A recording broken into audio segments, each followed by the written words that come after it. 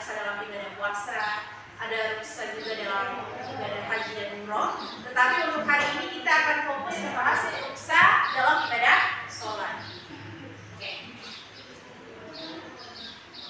Oke. Nah,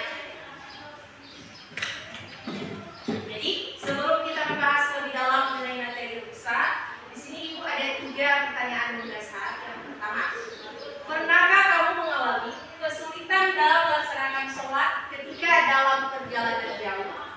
Ada yang pernah dalam perjalanan jauh ketinggalan mungkin 1 atau 2 waktu sholat? Perjalanan jauh misalnya dari Mopahit ke Manado, Mopahit ke Gorontalo, pernah? Nah. Siapa yang pernah? Angkat tangan. Nah, coba ceritakan pengalamannya, Legia.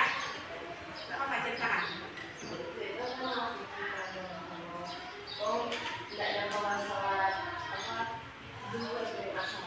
Nah, jadi apa yang lagi lakukan ketika itu? Ketika tidak bisa melaksanakan sholat zuhur dan asar tepat waktu, apa yang lagi lakukan? Berjamaah. Nah, berarti so tahu berjamaah? Hah? Tahu. Oke, jadi betul.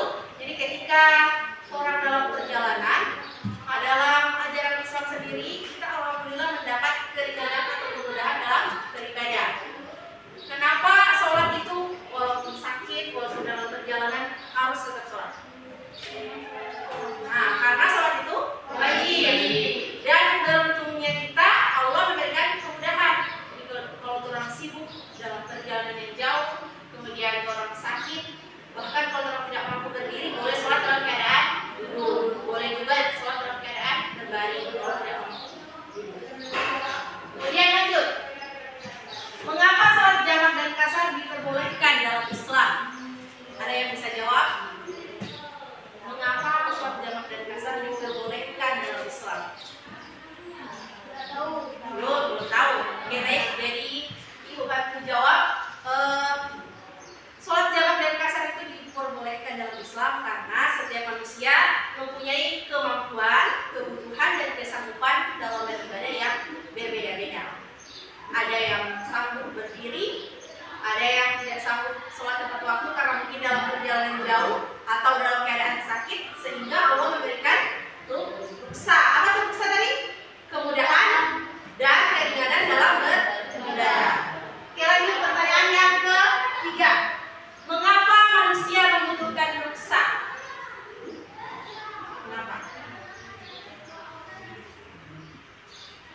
Ada yang bisa? Belum? Jadi manusia membutuhkan ruksa karena yang pertama, sholat itu kan wajib.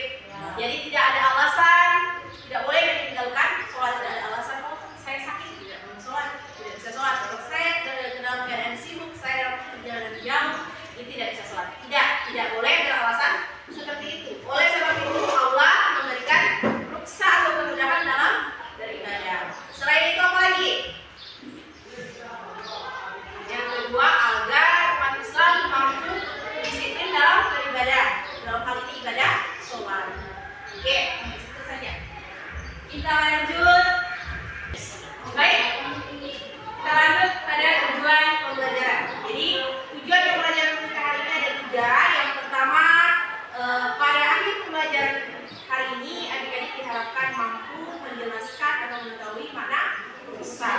Kemudian yang kedua, setelah pembelajaran hari ini adik-adik mampu menuliskan syarat ruksa.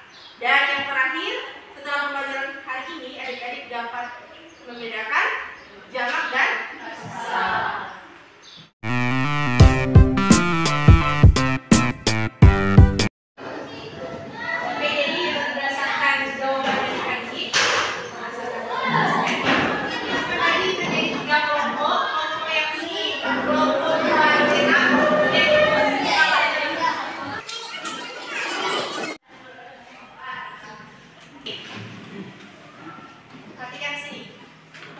Jadi ini ada 3 masalah yang nantinya akan kalian pecahkan, yang nantinya akan kalian carikan solusinya dengan diskusi kelompok masing-masing.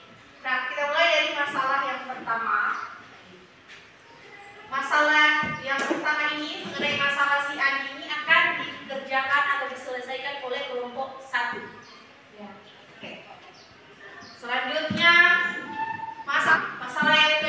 kelompok yang di tengah ini akan menyelesaikan masalah yang ini. Sekarang untuk masalah yang ketiga adalah ini Ejik dan Fariza akan menjawab masalah yang ini. Nanti akan ibu bagikan lembar kerjanya. Jadi tiap kelompok akan menjawab masalah yang berbeda-beda. Oke, ibu akan membagikan lembar kerja dan bahan ajar untuk hari ini.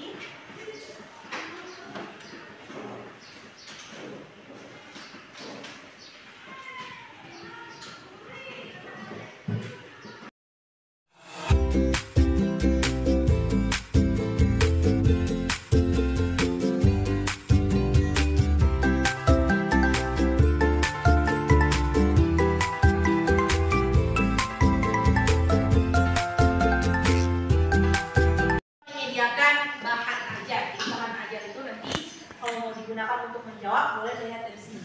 Nah, yang pertama dalam bentuk PowerPoint ini ibu sudah kirimkan.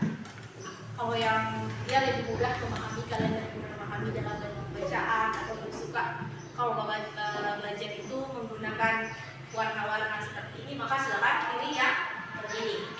Nah, kalau yang lebih suka, kan lebih gampang mengerti, lebih gampang paham kalau hanya dalam bentuk teks bacaan saja, tidak perlu pakai gambar atau warna, maka silakan pilih yang ini. Nah, berikut kalau yang ini juga ada yang telah dipersiapkan dalam bentuk link atau barcode. Nah, kalau yang dia, saya lebih mudah memahami kalau melihat video penjelasan, ada juga di sini. Silakan scan yang bagian video penjelasan. Kalau kita lebih suka belajar kalau hanya dalam bentuk teks bacaan, maka boleh pilih di antara tiga ini. Ada juga di buku cetak, dia berada di halaman 199 sampai halaman 201. Buku cetak yang ini.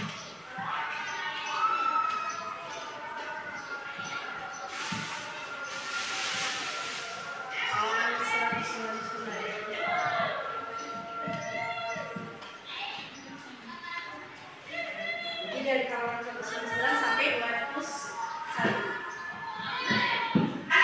Nah, jadi sebelum menjawab, silakan memilih peran dan tugas masing-masing dari setiap anggota kelompok. Misalnya kelompok 1, siapa yang jadi ketua, siapa yang akan menjawab, mencari jawaban, dan siapa yang akan menuliskan jawabannya. Siapa juga nanti yang akan mewakili membacakan hasil presentasi. Siapa? Ketuanya. Api ketua. Jadi Api yang membacakan di depan. Baik, kalau kelompok 2, silakan tentukan siapa yang mencari.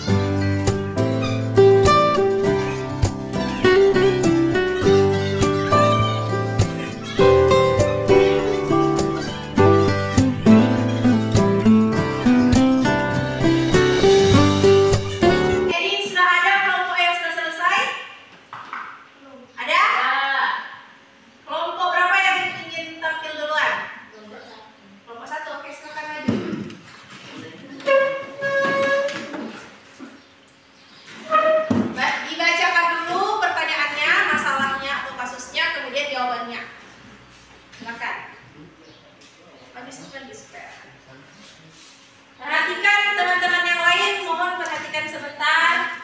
Perhatikan kelompok lain akan presentasikan hasil diskusinya. Nanti kalian akan dipersilahkan untuk menanggapi jika ada perbedaan pendapat atau mungkin ada yang ingin diperjelas, ditanyakan, silakan. Oke, silakan kelompok 1.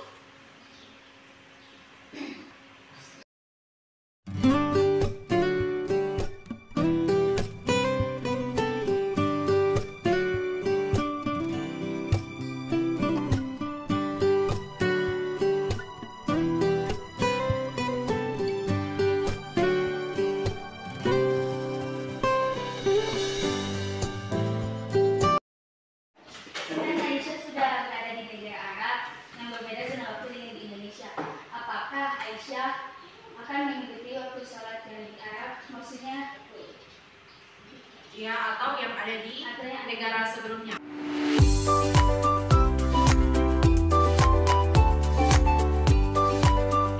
Persatu, adakah kelompok lain yang sudah siap menampilkan hasil diskusinya? Kelompok? Silakan.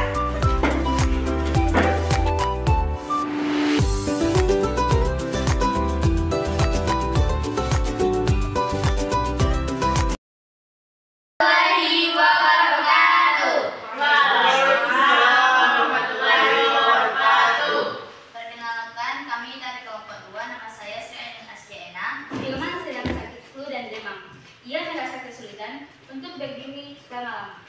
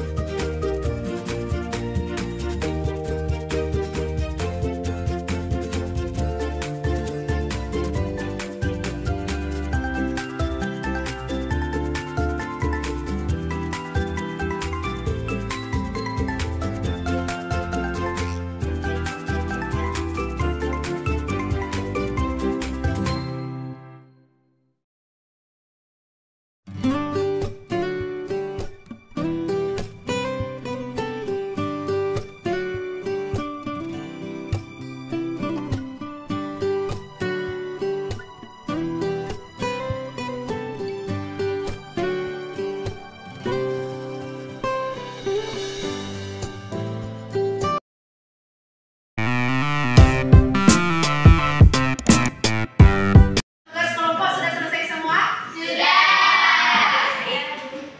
Jadi sekarang kalian akan mengerjakan tugas individu. Ya. Kasih pinjam di kelompok kayak dulu. Ada 10 nomor pilihan ganda. Dikerjakan secara individu atau masing-masing.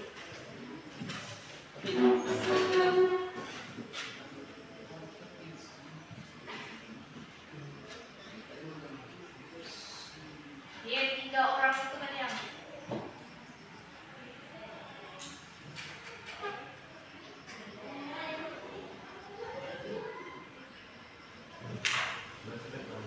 B, 1C. Iya, langsung jawaban. Soalnya nak lupa tulis DP soal supaya cepat. Itu yang bagi yang tidak membawa HP. Kan kalian sudah mengerjakan tugas individu yang 10 nomor pilihan ganda tadi. Ya, dengan menggunakan Google Forms. Nah, baik. Berdasarkan hasil jawaban kalian, Ibu menemukan sebagian ada yang sudah tuntas. KKM-nya PAI kan 75. Ada yang sudah mencapai atau bahkan melebihi nilai 75. Ada beberapa orang. Nah, yang belum mencapai 75 ada 4 orang.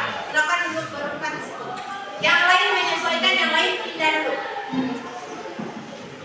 Oke, duduk dulu. Tangan turun.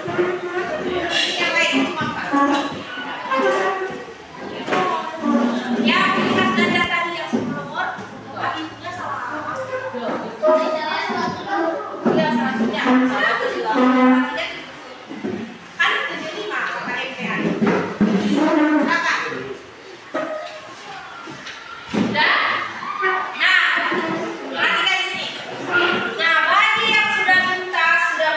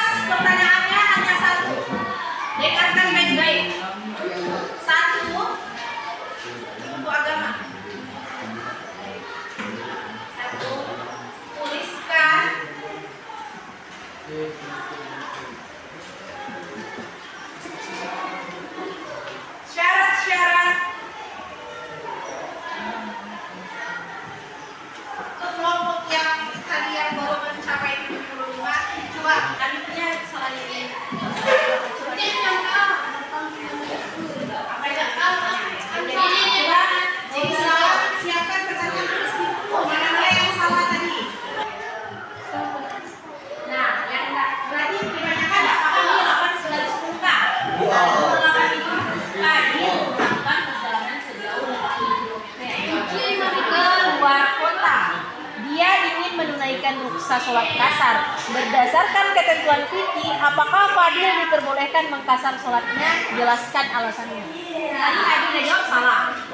A, tidak diperbolehkan karena jarak minimal 80 km. B, diperbolehkan karena jaraknya lebih dari 10 km. C, tidak diperbolehkan karena ruksa hanya berlaku pada perjalanan 100 km. D, diperbolehkan karena setiap perjalanan lebih dari 50 km sudah termasuk perjalanan jauh. Nah, syarat mengerjakan sholat kan masih ingat. Berarti sudah ingat pelajaran. Syaratnya 80 km. Jadi jawaban B, C, dan D kurang tepat. Jawaban yang tepat adalah A. Ya, sudah connect semua. Sekarang buka WA grup kelas 9. Sudah connect? Sudah. What? Ibu dengar apa-apa ya? Nanti sama-sama menjawab. Ya. Klik yang tanda panah itu. Sama-sama. Ada yang mau buka? Belum. Apa nih? Bukan ada 5 kotak, berarti ada 5 pertanyaan. Silakan. Bebas mau pilih nomor berapa dulu? Silakan. Jawab.